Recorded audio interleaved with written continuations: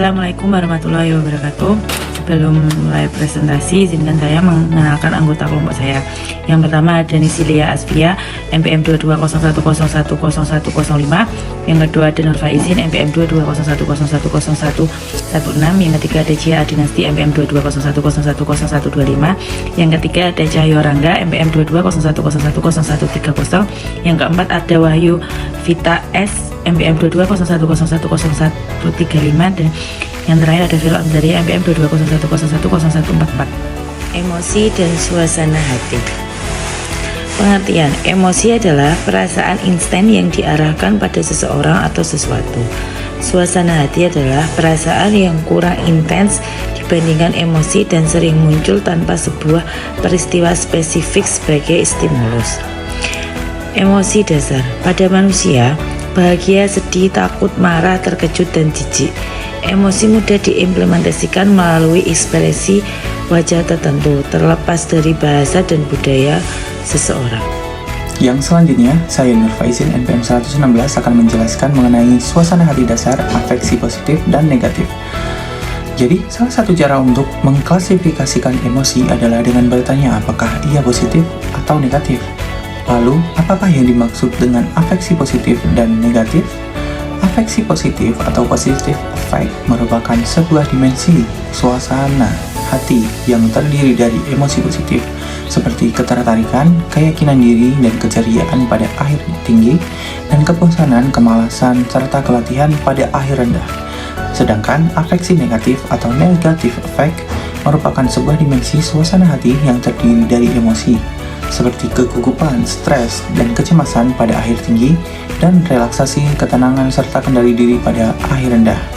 Kemudian terdapat juga kompensasi positivitas yang berarti bahwa pada suatu masa nol atau saat tidak ada hal tertentu yang terjadi, kebanyakan individu mengalami suasana positif yang ringan.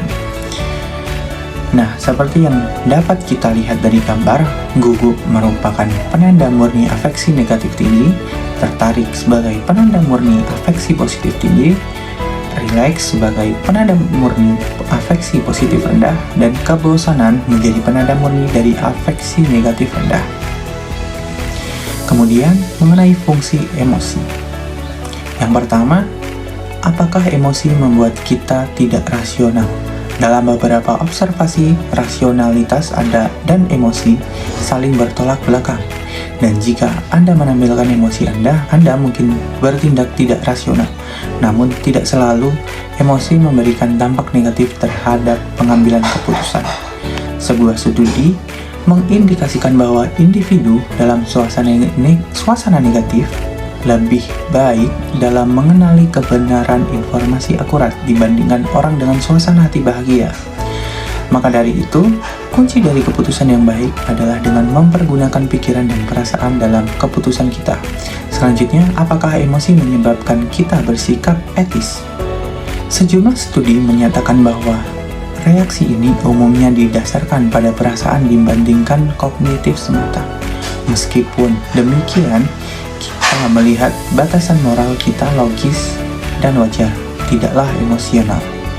Kepercayaan kita sebenarnya dibentuk oleh kelompok kita yang mempengaruhi persepsi kita mengenai orang lain, yang menghasilkan respon tanpa sadar dari suatu perasaan yang berbagi emosi yang benar. Sayangnya, perasaan ini mengizinkan kita untuk kadang-kadang menjustifikasi reaksi emosional sebagai sesuatu yang etis. Orang-orang berperilaku etis setidaknya membuat keputusan berdasarkan emosi dan perasaan mereka, dan reaksi emosional ini seringkali merupakan hal yang baik. Nah, kemudian mengenai sumber emosi dan suasana hati. Yang pertama di sini ada kepribadian.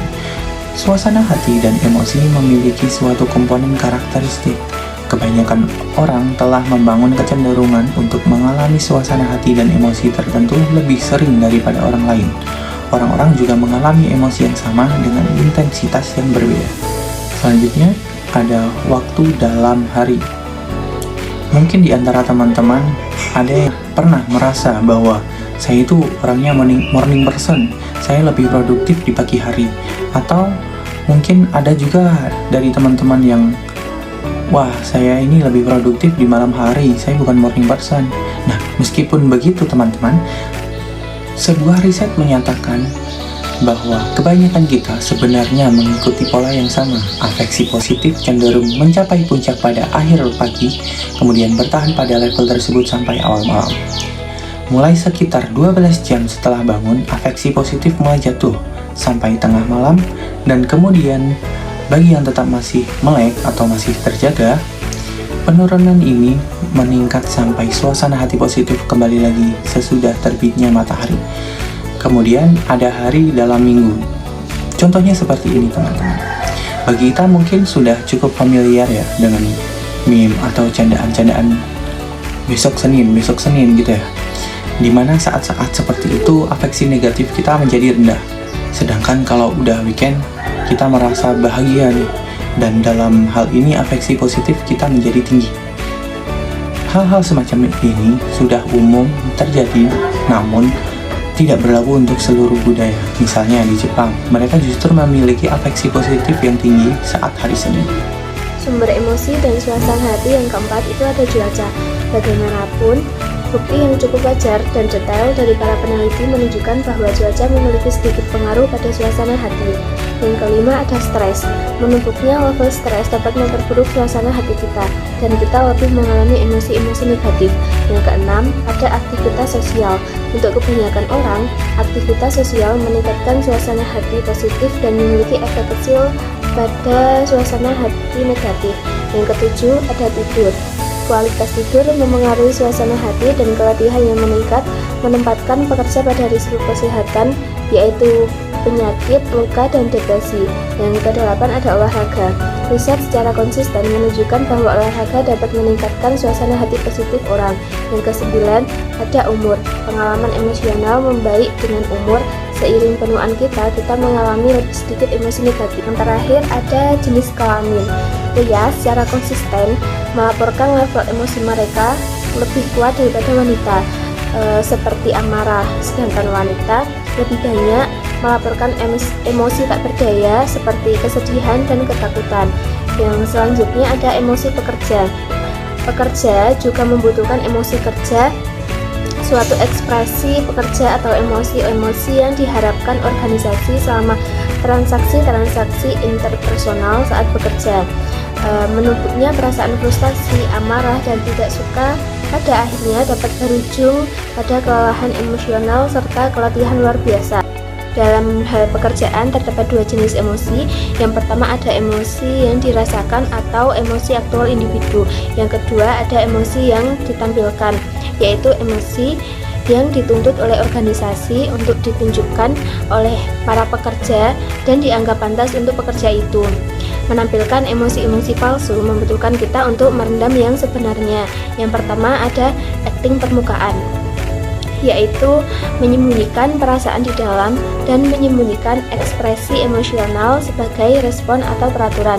Sebagai contoh, seorang pekerja yang tersenyum pada pelanggan meskipun saat itu ia sedang tidak baik-baik saja. Yang kedua ada acting mendalam, yaitu mencoba untuk memodifikasi perasaan di dalam diri yang sebenarnya berdasarkan aturan. Yang selanjutnya akan disampaikan oleh teman saya. Baik, saya CA Dinasti dan PM 125 izin untuk melanjutkan presentasi. Dan selanjutnya ada teori peristiwa afektif. Teori peristiwa afektif yaitu adalah sebuah model yang menyatakan bahwa peristiwa tempat kerja menyebabkan reaksi emosional pada bagian pekerja, yang kemudian mempengaruhi sikap dan perilaku tempat kerja. Yang selanjutnya ada kecerdasan emosional. Di sini ada beberapa kemampuan seseorang.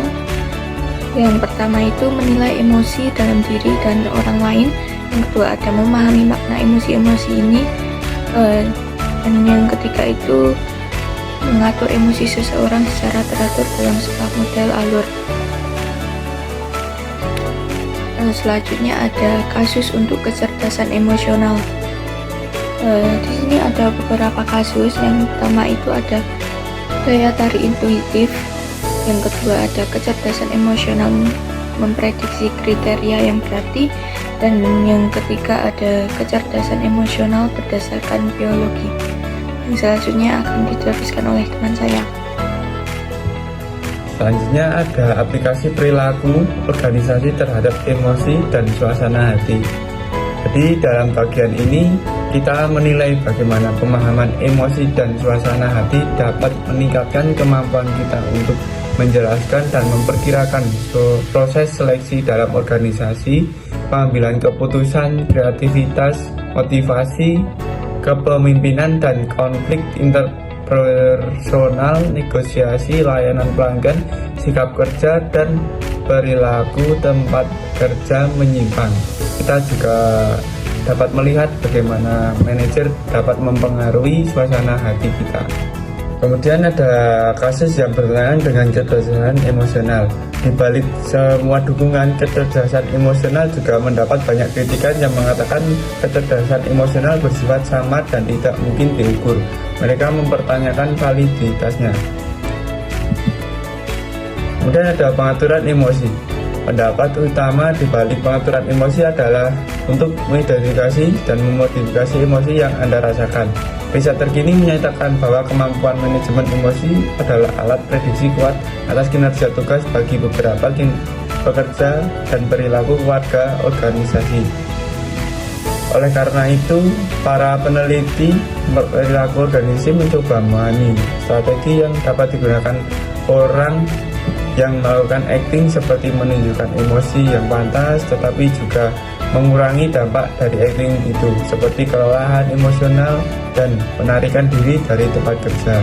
Sasarannya adalah untuk memberikan pekerja dan manajer alat untuk memonitor dan memodifikasi respon emosional mereka atas situasi tempat kerja.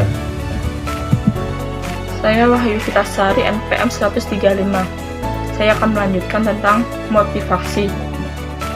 Beberapa studi telah menunjukkan pentingnya suasana hati dan emosi terhadap motivasi. Satu studi menempatkan dua kelompok orang untuk memecahkan teka-teki kata, yaitu dengan dorongan internal atau eksternal yang mempengaruhi kepuasan dan tindakan seseorang. Yang kedua ada kepemimpinan. Kepemimpinan yang efektif bergantung pada daya tarik emosional untuk membantu menyampaikan pesannya, yaitu dengan kemampuan untuk mempengaruhi dan membimbing orang lain menuju tujuan bersama. Yang ketiga ada negosiasi.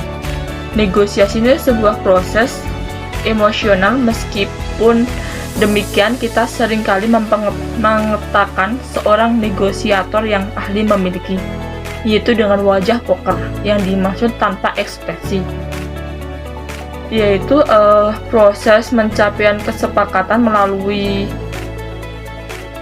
melalui diskusi dan kompromi.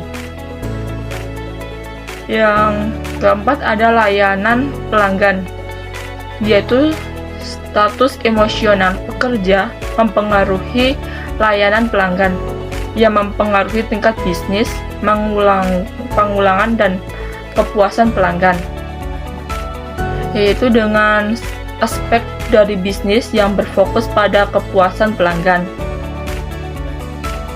Yang kelima ada sikap kerja. Pernah mendengarkan nasihat, jangan pernah membawa pekerjaan kita ke rumah. Berarti kita seharusnya melakukan tentang pekerjaan kantor saat kita pulang ke rumah. Nah, nasihat itu lebih mudah dikatakan daripada dilakukan. Itu merujuk pada sikap dan perasaan seseorang terhadap pekerjaannya. Yang terakhir ada perilaku menyimpang di tempat kerja. Siapapun yang telah menghabiskan banyak waktu di sebuah organisasi menyadari orang-orang seringkali berperilaku yang melanggar norma-norma yang ditetapkan. Seperti kita merujuk pada perilaku yang melanggar norma atau aturan di tempat kerja. Sekian presentasi dari kelompok kami, ada kurang lebihnya kami mohon maaf. Wabillahi taufiq wal hidayah. Wassalamualaikum warahmatullahi wabarakatuh.